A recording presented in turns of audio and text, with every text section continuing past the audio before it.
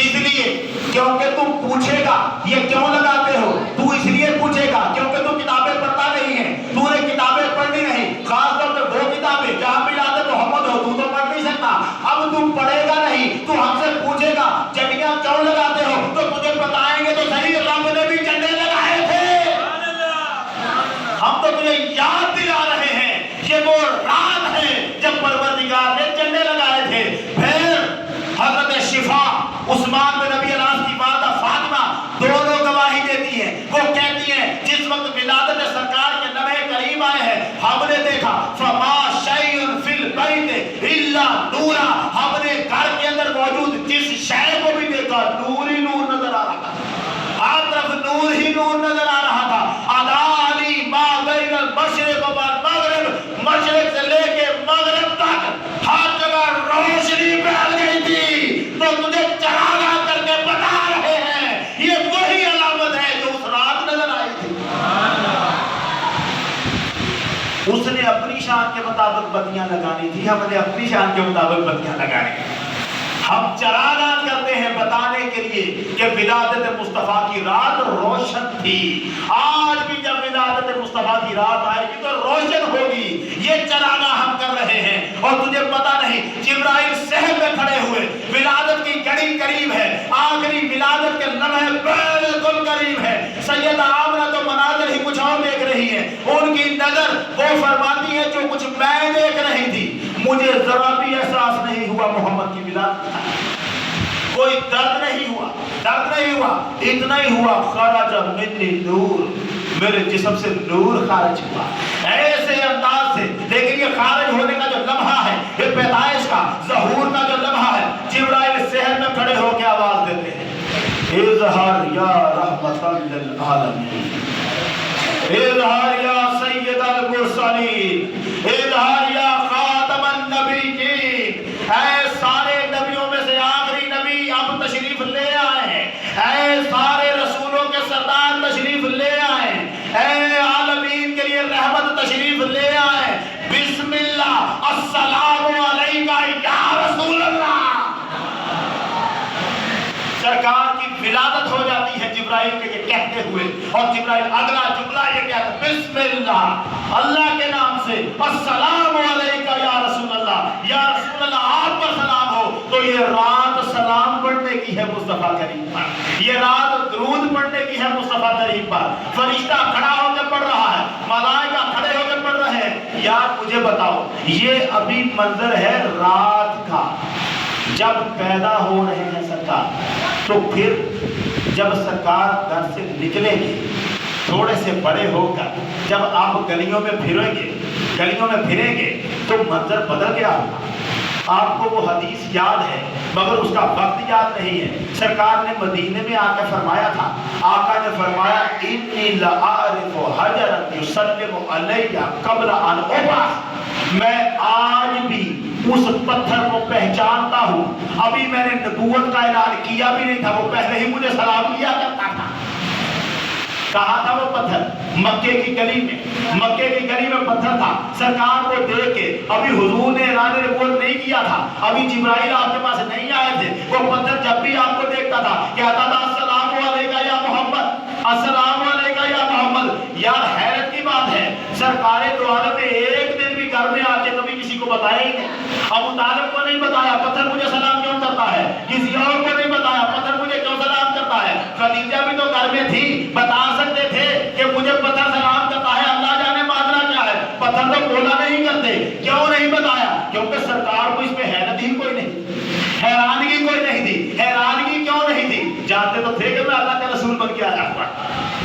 وہ اور ہے جو یہ کہتا ہے حضور کو تو پتہ ہی نہیں تھا میں نبی ہوں، جبریل نے آ کے بتایا آپ نبی ہیں۔ ارے نادان جبرائیل حضور کا استاد نہیں ہے، استاد نہیں ہے، صرف خبر لے کے آتا ہے یار کی یار کے پاس، وہ پیغام لے کے آتا ہے رب کا اس کے محبوب کے پاس، وہ کیسے استاد نہیں ہے جبریل۔ اب سرکار دو عالم کا معاملہ یہ ہے کہ ادھر 12 سال کی عمر ہوتی ہے، 12 سال کی عمر میں آپ کو لے کے ابو طالب سفر میں جاتے ہیں۔ آپ کو یاد ہے راہب نے کیا کہا تھا؟ اس نے کہا رک جاؤ، ھذا سید العالمین، ھذا رسول رب العالمین، یبعثہ اللہ رحمۃ للعالمین۔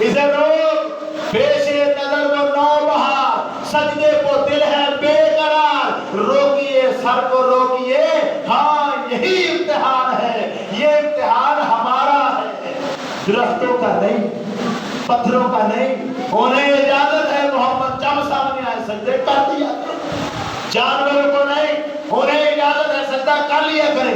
کہا تھا ابو بکر صدیق نے، حضور جب دیکھتے ہیں بکریاں آتی ہیں سجدے میں گر جاتی ہیں، عجب کیفیت ہے بکریوں کے سجدے کی، عجب کیفیت ہے، آتی ہیں بکریاں حضور کے سامنے، اگلی ٹانگیں گھٹنے زمین پہ لگاتی ہیں، سر زمین پر رکھتے ہیں، اللہ اکبر۔ یہ سجدہ کرنے کا انداز ان کو کون سکھا گیا کہ محمد کو دیکھ کے یوں سجدہ کرنا ہے؟ ابو بکر صدیق نے کہا ہدایت ہمیں دی، جنت ہمارے لیے، قرآن ہمیں دیا، سجدے بکریاں کر رہی، آقا ہمیں بھی اجازت دے سجدہ کرتے ہیں آپ، حق تو ہمارا بنتا ہے کہ آپ تو سجدہ کریں، لیکن سرکار نے فرمایا نہیں، سجدہ صرف رب کو کرنا ہے، اللہ کے سوا کسی کو سجدہ نہیں کرنا۔ میں یہی عرض کرتا ہوں، اگر کسی بھولے بٹکے کو دیکھو کسی مزار پہ سجدہ کر رہا ہے تو مت سمجھنا کہ درست کر رہا ہے، اسے روکو وہاں پر اور کہو بھائی سجدہ نہ کر، سجدہ نہ کر، یہ بابا بڑے اعلیٰ مرتبے والا ہے، سیدہ فاطمہ سے زیادہ مقام نہیں ہے اس کا۔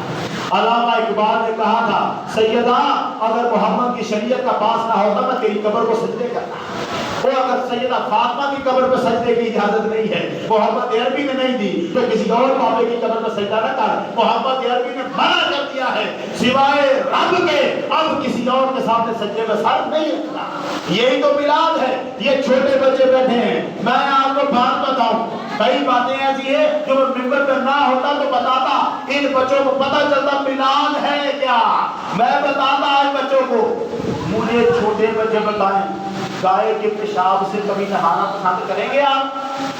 نہیں نہ کریں گے میں سن۔ یہ جو پاجر پار ہندو بیٹھا ہے گائے کے پیشاب سے روز نہاتا ہے، دودھ میں گائے کا پیشاب ڈال کے چائے بناتا ہے، اس چائے کو پیتا ہے، ہاتھی جو پوٹیاں کرتا ہے اس کی چائے میں پتی کے طور پر اسے ڈال کے چائے پیتا ہے۔ یار ان کے کاموں کو دیکھ، صبح صبح اٹھتا ہے، لوٹے میں پانی لیتا ہے، ایک ہاتھ سے دوسرے ہاتھ میں پانی ڈالتا ہے، سورج کی طرف منہ کر کے پانی کو یوں پھینکتا ہے، پوچھے یہ پانی کیوں پھینک رہا ہے؟ کہتا ہے میں سوریا دیو کو غسل دے رہا، نہلا رہا، یہ سوریا دیو نہا رہا ہے، سورج کو اگر یوں غسل نہ دوں گا یہ پوری دنیا کو جلا دے گا۔ میرے رب کا قرآن کہتا ہے یہ جو کافر ہے نا قوم لا یفقہون، یہ بے وقوف لوگ ہیں، ان کو سمجھ ہی نہیں ہے، ان کو سمجھ ہی نہیں ہے کیا کر رہا ہے، اپنے ہی ہاتھوں سے مٹی کا پتھر بنایا اور اس کے اوپر دودھ پھینک رہے ہیں۔ یہ محمد کا میلاد ہے جس نے ہمیں ان جانوں سے چھڑوایا ہوا ہے۔ یہ ہے میلاد محمد کہ آج ہم گائے کے پیشاب سے نہاتے نہیں، گائے کو ڈنڈے مارتے ہیں،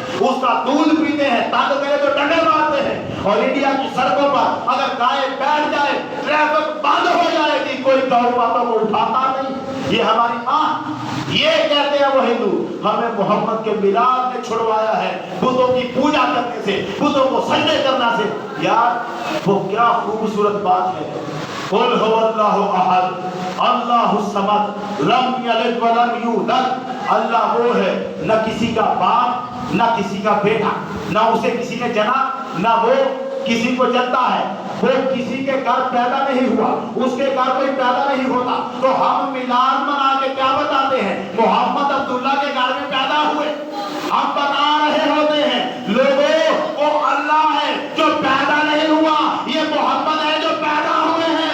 ہم میلاد منا کے اللہ کی توحید کا لفظ دے رہے ہوتے ہیں، ہم بتا رہے ہوتے ہیں اللہ پیدا نہیں ہوتا، محمد پیدا ہوئے ہیں۔ کائنات انتظار میں تھی، کائنات انتظار میں تھی، سن رکھا تھا محمد آ رہے ہیں، اب جو آئے ہیں تو پھر نقشہ تو بدلنا تھا، پھر وہ وقت دیکھا ہے کائنات نے، ہر شے کو ہلتے دیکھا ہے، پتھر دریاؤں پہ تیرتے آ رہے تھے، درخت زمین پر چلتے آ رہے تھے، بادلوں کے ٹکڑے اشارے پہ پیچھے پلٹ رہے تھے، چاند اشارے سے ٹوٹ رہا تھا، سورج اشارے سے پلٹ کے آ رہا تھا، وہ کام جو اربوں خربوں سالوں میں کبھی نہ ہوا تھا، تقدیریں بدل گئی، کائنات کی ہر شے بدل گئی۔ اگر حضور ممبر پہ کھڑے ہوئے تو ممبر نے ہلنا شروع کر دیا، اگر حضور پہاڑ پہ کھڑے ہوئے تو پہاڑ نے ہلنا شروع کر دیا، اگر حضور درخت کے تنے کے ساتھ ٹیک لگا کر کھڑے ہوئے رونا شروع کر دیا. یار یہ ہے جب اللہ کی قسم یہ بڑا ہی عجیب مطلب. ستون, لکڑی کا ستون, اب وہ تازہ زندہ درخت نہیں ہے. اسے کیا ملتا تھا؟ سرکار 8 دن کے بعد صرف جمعے والے دن چند لمحے اس کے ساتھ ٹیک لگا کے کھڑے ہوتے. چند لمحے اس کے ساتھ ٹیک لگا کے 8 دن کے بعد اس کو یہ موقع ملتا تھا کہ حضور میرے ساتھ لگ کے کھڑے ہوتے ہیں. اور وہ موقع اس دن نکل گیا جس دن ممبر بن گیا. سرکار آئے ممبر. بڑی توجہ یہاں آپ کی بڑی توجہ چاہوں گا. شاید میں بات کو ختم کرنے والا لیکن یہ بات توجہ سے سن لینا. حضور ستون کے پاس سے گزرے جس سے ٹیک لگا کے کھڑے ہوا کرتے تھے. گزرے ممبر کی پہلی سیڑھی پہ قدم مبارک رکھا. یہ میں جو اشارہ کر رہا ہوں یہ کوئی مشابہت نہیں ہے, صرف ویسے بات کر رہا ہوں تو ایک بن جاتا ہے. سرکار دو عالم کا قدم اٹھانا, قدم رکھنا, کائنات کی ہر شے مل جائے ویسی جو ہو نہیں سکتی. وہاں کیا مشابہت ہو سکتی ہے؟ یہی تو فرق ہے, یہی فرق ہے. جو محمد کو اپنے جیسا انسان سمجھتا ہے میلاد منانا پسند نہیں کرتا. جو محمد کو رب کا احسان سمجھتا ہے میلاد منانا پسند نہیں کرتا. فرق تو یہاں ہے, فرق یہاں ہے, سمجھنے کا فرق ہے. جو اپنے جیسا انسان سمجھتا ہے میلاد منانا پسند نہیں کرتا. جو رب کا احسان سمجھتا ہے میلاد منانا بند نہیں کرتا. ہمارے جیسا نہیں. اب معاملہ کیا ہے؟ سرکار اس کے پاس سے گزر کے آئے. پہلے ٹیک لگا کے رک جایا کرتے تھے, کھڑے ہوتے تھے, کتاب کیا کرتے تھے. 8 دن کے بعد یہ کام ہوتا تھا. پورے 8 دن تو حضور اس کے اوپر ہاتھ نہیں رکھتے تھے. 8 دن کے بعد آج جب قدم مبارک ممبر کی سیڑھی پہ رکھا, چڑھے نہیں ابھی ممبر تھا, جلوہ فرمان نہیں ہوئے ابھی ممبر پر, ابھی پہلی سیڑھی پہ قدم رکھا. روایت بخاری کہتی ہے ستون حنانہ نے رونا شروع کر دیا اور ایسے چیخ کے رویا ہے جیسے اونٹنی چیخا کرتی ہے. مسجد کی پتوں والی چھت گونجنا شروع ہو, پوری مسجد گونج رہی ہے. ستون رو رہا ہے انسانوں کی طرح, انسانوں کے بچوں کی طرح رو رہا. یار رویا کیوں؟ سرکار نے بڑے صحابہ کرام کی تو پہلی مرتبہ ہوا, انہوں نے دیکھا ہی سے کیا ہوا, اچانک اس میں سے رونے کی آواز. سرکار پلٹ کے آتے ہیں اور پلٹ کے آگے اس پر دستے مبارک رکھتے ہیں. ستون چپ نہیں کرتا, ہاتھ مبارک رکھنے سے ستون چپ نہیں کیا. ارے جو انتظار میں تھا 8 دن میں نے انتظار کیا ہے کہ سرکار نے اپنی کمر میرے ساتھ لگانی ہے. آقا آپ یہاں سے گزر گئے, اب یوں تو کلیجے میں ٹھنڈ نہیں پڑے گی. ہاتھ لگایا, درخت چپ نہیں کیا, سرکار نے آگے بڑھ کے جفی ڈالی ہے. یہ واحد ستون ہے دنیا کا جسے مصطفیٰ کریم نے, ستون درخت نہیں, تازہ درخت نہیں, ستون ہے. حضور نے جفی ڈالی, لعبہ مارا, اور پھر وہ چپ کرنا فوراً نہیں ہوا. اس نے آہستہ آہستہ سسکیاں دیکھی, ہلکا ہلکا جیسے بچے کو چپ کرائیں سسکیاں دے, وہ سسکیاں پہ آتا ہے, پھر آہستہ آہستہ سے چپ کرتا ہے. درخت نے سسکیاں اب حضور نے گلے سے لگایا ہوا ہے اور ستون کے اوپر ہاتھ مبارک پھیر رہے ہیں. چپ کرتے کرتے جب وہ چپ کیا ہے, اس کو چھوڑا سرکار نے, صحابہ سے پوچھا, کہا, فرمایا تمہیں بتاؤں لو لم احتزنہ لحنت الی یوم القیامہ, اگر میں اسے گلے سے نہ لگاتا, لفظوں پہ غور کرتا, ہاتھ پہ بات نہیں ہے, اگر میں اسے گلے سے نہ لگاتا قیامت کے دن تک یہ روتا رہتا, قیامت کے دن تک روتا ہی رہتا. مجھے بتاؤ اسے ملا کیا تھا؟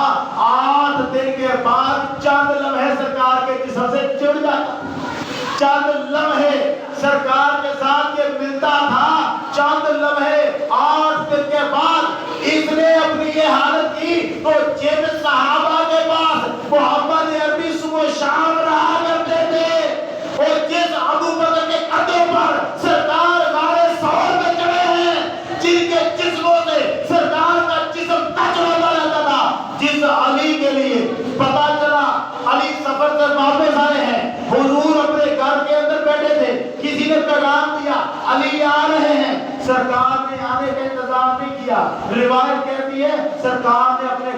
جو چادر پڑی تھی نا اسے بھی سنبھالا نہیں، اٹھے چادر گر گئی مگر حضور علی کے استقبال کے آگے چلے گئے، اور جو ہی علی کو دیکھا دوڑ کے گلے سے لگایا، آگ لگاؤ، دوڑ کے گلے سے علی کو لگایا ہے مصطفیٰ کریم نے۔ تو بتاؤ نا، جس درخت کے ساتھ صرف کمر لگتی تھی اس کی محبت کا ارادہ تھا، جو سرکار کے گلے لگتے تھے ان کے شکار کیا، ان کے شکار کیا ہوگا، ان کی بے قراری کیا ہوں گے۔ کائنات نے دیکھا تھا، سنا تھا محمد آ رہے ہیں، اور جب سرکار آئے تو لازم تھا ہر شے وجن میں آ گئی، ہر شے وجن میں آئی، ہر شے نے ہل ہل کے دکھایا، رقص کر کر کے دکھایا، جھوم جھوم کے دکھایا، اور بتایا دنیا کو جن کا انتظار صدیوں سے کر رہے تھے وہ محمد آ گئے۔ آج تک ہم یہی نعرہ لگا رہے ہیں، محمد آ گئے ہیں، محمد آ گئے ہیں۔ پچھلوں کی قسمت دیکھو، محمد آنے والے ہیں، ہماری قسمت دیکھو، محمد آ گئے۔ فرق دیکھو کیا ہے، وہ منتظر تھے اور ہم اس سمندر میں گوتے لگا رہے ہیں، ہم اس سمندر میں گوتے لگا رہے ہیں۔ کیوں نہ وہ جملہ کہوں جو ولیوں کے سردار عبد القادر جیلانی نے کہا تھا، آپ نے فرمایا خودنا بحرن لم یقف علی ساحلہ الانبیاء، ہم اس سمندر میں گوتے لگا رہے ہیں جس کے کنارے تک انبیاء بھی نہیں آئے ہوئے۔ وہ سمندر محمد کی ذات ہے، وہ سمندر محمد کی ذات ہے۔ بیٹھے بٹھائے ہمیں حضور کا امتی بنا دیا، بیٹھے بٹھائے، اور یہ شرف کب ملا؟ سرکار کی آمد سے۔ آج پریشان بندہ کہتا ہے آپ آمد کی خوشی مناتے ہیں، وصال کا غم کیوں نہیں مناتے؟ محمد عربی کی شریعت نے حکم دے رکھا ہے کوئی اور بھی مر جائے نا تو 3 دن کے بعد سوگ نہ کرنا، کوئی اور بھی مر جائے، کوئی اور۔ سرکار تو مردہ کی کیٹیگری میں آتے ہی، آپ تو وہ ہیں کہ آپ سے کوئی چھو جائے تو زندہ ہو جاتا ہے، وہاں موت کہاں؟ کوئی اور بھی مر جائے تو سوگ کی اجازت 3 دن کے بعد نہیں دی۔ تو ہمیں کہتا ہے 14 صدیوں بعد سوگ منائیں؟ محمد عربی ان کی تو وفات بھی حیات ہے، سرکار تو زندہ ہیں، ہم اس لیے نہیں روتے اب وصال میں غم میں، اس لیے نہیں روتے کہ ہم وہ ہیں جو یہ کہتے ہیں تو زندہ ہے واللہ، تو زندہ ہے واللہ، میرے چشم عالم سے چھپ جانے والے، تو زندہ ہے واللہ، تو زندہ ہے واللہ۔ اور جب سرکار کو زندہ مانا ہے تو کس کا غم منائے ہم؟ سرکار کا کیسے غم منائے ہم؟ ہمیں تو پتا ہے قائد اعظم محمد علی جناح لندن میں جب خوشبو کو سونگھتا ہے اپنے صحن میں چلتے ہوئے اور پھر اسے نیند آتی ہے، سوتا ہے، تو قائد اعظم کی خواب میں محمد عربی تشریف لے آتے ہیں اور آگے فرماتے ہیں I am your prophet Muhammad، میں تیرا نبی محمد ہوں۔ I order you to go to India and lead the Muslims to their destiny، میں تمہیں حکم دیتا ہوں ہندوستان جاؤ اور وہاں کے مسلمانوں کو ان کی منزل مقصود تک پہنچاؤ۔ وہ سرکار دنیا سے صرف چھپے ہیں، آنکھ سے صرف چھپے ہیں، راہبری تو آپ بھی کر رہے ہیں، رہنمائی تو آپ بھی کر رہے ہیں، آپ تک بتا رہے ہیں یوں کرو یوں نہ کرو۔ بندہ پوچھتا ہے خواب میں مل کے یا رسول اللہ ہم میلاد مناتے ہیں، کچھ لوگ ہمیں منع کرتے ہیں، آقا آپ بتائیں کیا کریں؟ فرمایا من فرح بنا فرحنا بہ، جو ہماری وجہ سے خوش ہوتا ہے ہم اس کی وجہ سے خوش ہوتے ہیں۔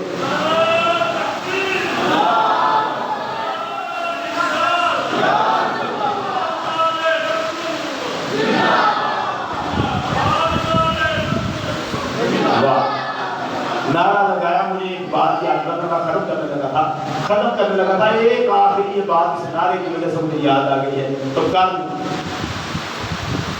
وہ ہمارا نا ایک پرانے دور میں بندہ اٹھا تھا جس نے کہا تھا کہ اللہ چاہے تو کروڑوں محمد پیدا کر دے، کسی نے کہا تھا، ہمارا چلو کہہ لیتے کلمہ تو پڑھتا تھا، اس نے کہا اللہ چاہے کروڑوں محمد پیدا کر دے۔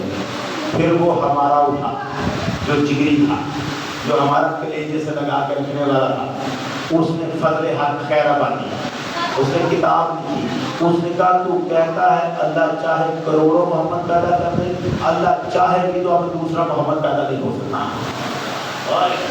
اللہ چاہے، اب سوچنے والا سوچتا ہو یہ کیا کر رہے ہو، اللہ چاہے تو کیا نہیں ہو سکتا، اللہ چاہے تو کیا نہیں ہو سکتا۔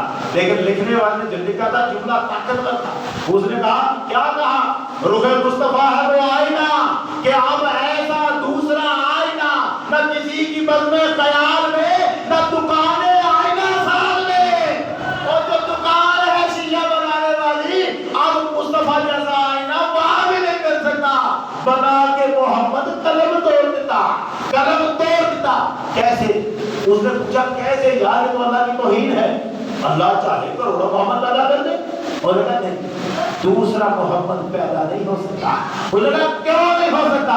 اس نے کہا اب کر لے، فرض کر لیتے ہیں، فرض کر لیتے ہیں اللہ نے ایک اور محمد پیدا کر دیا، فرض کر لیتے ہیں ہم نے ایک لمحے کے لیے سوچا یہ ہے محمد، شکل محمد کی، صورت محمد کی، سیرت محمد کی، عادت محمد کی، سارا کچھ محمد کا، علم محمد کا، عقل محمد کی، فعل محمد کا، سب کچھ محمد کا بنا کے، پورا محمد بنا کے، اب اگر سامنے آ گئے دوسرا محمد، سمجھ رہے ہیں، دوسرا فرض کیا ہے ہم نے، ایک لمحے کے لیے سوچا ہے کہ دوسرا محمد علم، عقل، نظر، فہم، حسن سب محمد عربی کا، دوسرا محمد، اگر دوسرا محمد پیدا اسے کر دیا تو بتاؤ ذرا ختم نبوت کا تاج پہلے محمد کے سر پہ رہے گا کہ اس کے سر پہ آئے گا؟ اب اگر یہ کہو کہ اب اس کے اوپر آئے گا تو پھر پہلی ختم نبوت نہ رہے، تاجدار ختم نبوت کا قانون غلط ہو گیا، قرآن کی آیت رہ گئی، اب تو ختم نبوت کا تاج محمد کے سر پر ہے۔ اگر یہ دوسرے کے بارے میں کہو کہ محمد تو ہے مگر یہ نبی نہیں تو پھر یہ محمد نہیں، اگر یہ محمد ہو اور نبی نہ ہو پھر یہ محمد نہیں، اگر یہ محمد ہو آخری نبی نہ ہو پھر یہ محمد نہیں، تو محمد وہ ہے جو کائنات میں سب سے پہلے بنا اور نبیوں میں سب کے بعد تشریف لایا ہوا ہے، ختم نبوت جس کے سر پہ تاج ہے، ایسا محمد لا کے دکھا، ایسا محمد لا کے دکھا۔ اب رب بھی ایسا محمد نہیں پیدا کرے گا کیونکہ اس نے خود اس محمد عربی کے سر پہ تاج ختم نبوت کا سجایا ہے، اب کوئی دوسرا ختم نبوت کا تاج والا نہیں آ سکتا۔ محمد ایک ہیں، تاجدار ختم نبوت زندہ باد۔ اللہ جل شانہ ہمیں نبی کریم صلی اللہ علیہ وسلم کے اس مبارک ولادت کے مہینے کی برکتوں سے مالا مال فرمائے اور ہمیں پورا مہینہ سرکار پر درود و سلام پڑھنے کی توفیق عطا فرمائے۔ وآخر دعوانا الحمدللہ۔ مصطفیٰ